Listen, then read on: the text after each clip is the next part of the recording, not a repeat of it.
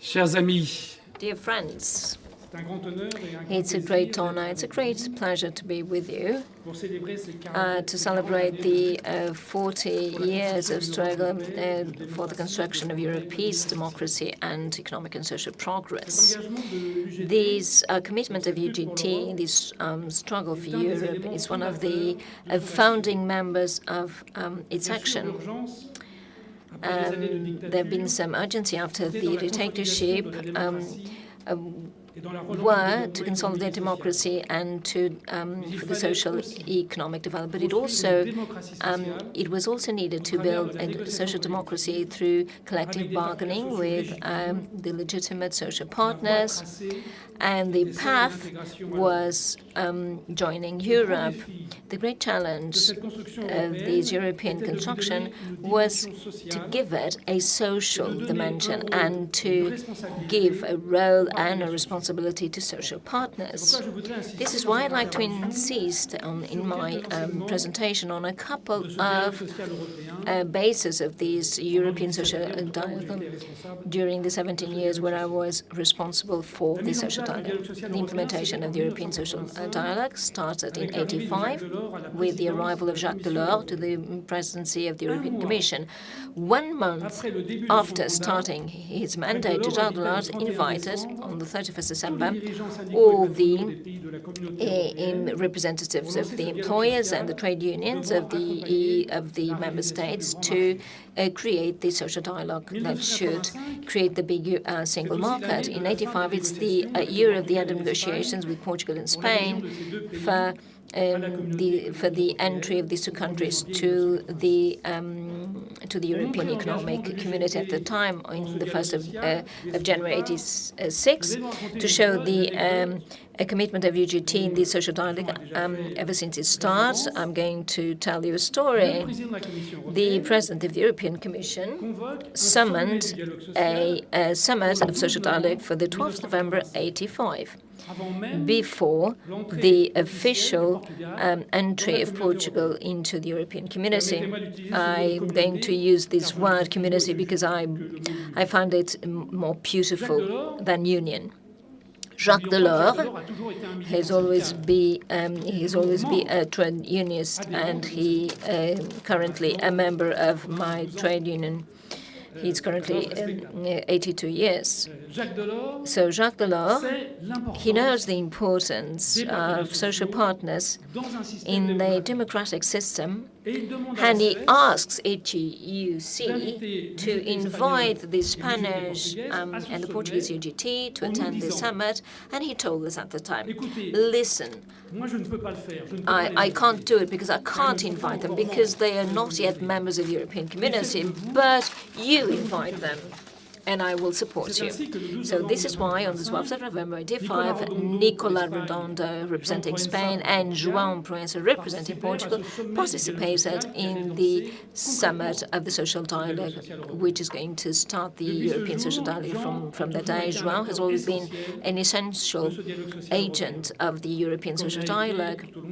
As you know, his presence at ETUC, Georges de Sige and Elena, who has been quite a demanding presence in the social dialogue. For the UGT and ETUC, the social dialogue is part of the notion of democracy, a democracy which accepts the idea of power and counter-power, and which is supported on a double dimension, vertical and horizontal. This construction of social dialogue at a supranational level, European level, implied very difficult power negotiations between the national level, the sectorial, and the European level, and could only be developed by respecting national cultures and the collective bargain. The European social dialogue is supplementary with other levels. It doesn't copy a model. It doesn't replace any national system.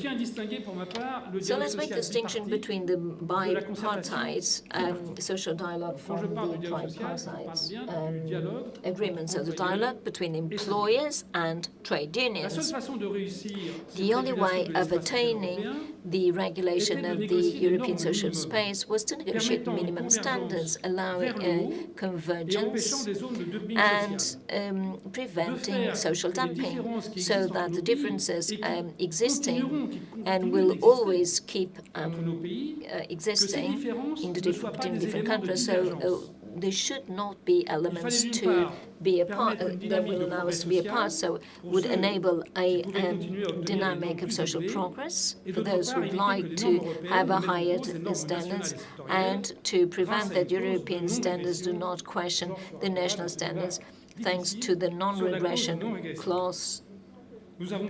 So we negotiated the European agreements on parental leave, on the part-time, on stress, on working hours. But this period has also given rise to very important legislation. When social partners were not able to attain these, or even refused, when the employers refused to negotiate, the European Commission has assumed their responsibility, and we have very important legislation, such the one on the European Workers' Council or the temporary work.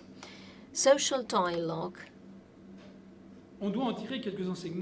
So we have to draw some lessons through these the legitimacy at three levels: the legitimacy of the market economy and the legitimacy of work. It can be summed up and treated by the concept social market economy. There is not one which is stronger than other. They should become, in a more complex society, they should be in synergy. The economy cannot succeed without social dimension, social progress cannot progress without an effective economy.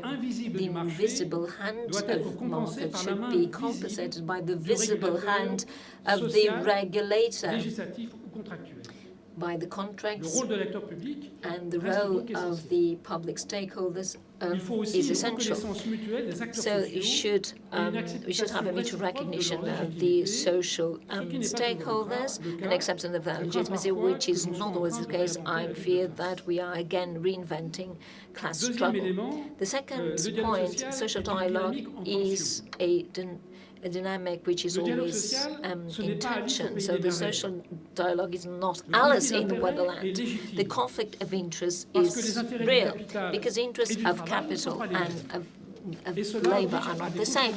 So we have to enter into compromises, but the relations of forces and the conflicts are inevitable. But what really matters is to have the procedures and the tools to regulate these relations. And finally, the social dialogue is a responsibility and a will. Responsibility on the side of institutions, which should organize an autonomous space for social dialogue. They should guarantee the autonomy. It implies giving the means in the processes which allow the development of social dialogue, so the legitimacy of the social actors. But it's also the responsibility of social actors to enter into commitments, and the responsibility of the politicians to make laws in case of failure or the refusal to negotiate by one of the stakeholders. And sometimes it's always the employer that refuses to negotiate at European level. The social dialogue in the interprofessional social dialogue is in bad conditions. The discussion of the working program with the social partners for 2018 and 2020 is not advancing. The employers, they refuse to include this program, the negotiation of an agreement, that a compulsory agreement. So there is a question mark. What can be the new dynamic of the social dialogue? And what are possibly the new possible spaces? What is the engine that can promote the social dialogue, the rapid expansion of the European Union. I started with at the year 2 with 10 member states, and then we became 12, we became 15, and then in a very rapid period we suddenly became 28 member states. And the rapid extension, but also the crisis, which continues to have an impact on European countries, have created a union of countries which is with great inequalities. The inequalities have increased between the northern countries and the southern countries, which have been mostly afflicted by the economic and financial crisis. And we have a true problem of democratic development and collective bargaining in certain countries because of the weakness of the social partners, particularly the employers' associations in the Central and Eastern Europe. So when we don't have two partners to negotiate, it's very difficult to do so. And the weakness of certain partners in the Eastern Central Europe is very serious. So what can we do to recreate the dynamic? We have to create a strong nucleus created within the Eurozone. It is a zone of monetary cohesion and economic cohesion because the crisis has obliged us to develop a good economic governance within the Eurozone. So it's a zone that should perform its role as social cohesion. The series of the European social rights launched by President Juncker is a pillar that has to be developed for this social dialogue. The Eurozone can promote a dynamic to come out of the current stagnation. We are 28, we will become 27 post-Brexit. It's obvious that we're going to have great difficulties to decide with 27 member states taking into account the attitude of countries which become very anti-European, for instance, Poland and Hungary specifically. So we have to escape this stagnation. Very precious, your invaluable contribution.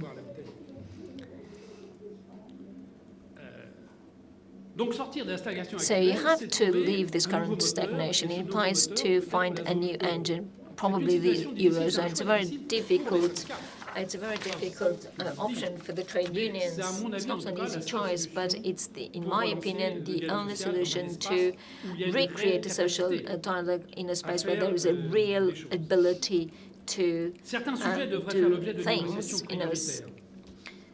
Certain topics should be in the priority negotiations, such the right to permanent training, the impact of digitalization on our society, reorganization of working hours. Unfortunately, all these topics are being vetoed by the employers. So the European citizens need specific results to keep on living in Europe. They do not need big speeches. They have to feel that Europe is worth something. If we can't do it, we are going to make it possible for populist parties. So the European elections in mid-2019 will be a catastrophe for our democracies. We have always, and I have myself always found UGTP on our side in difficult moments and in the good times. And I know that we can always count on you. Thank you very much, dear friends.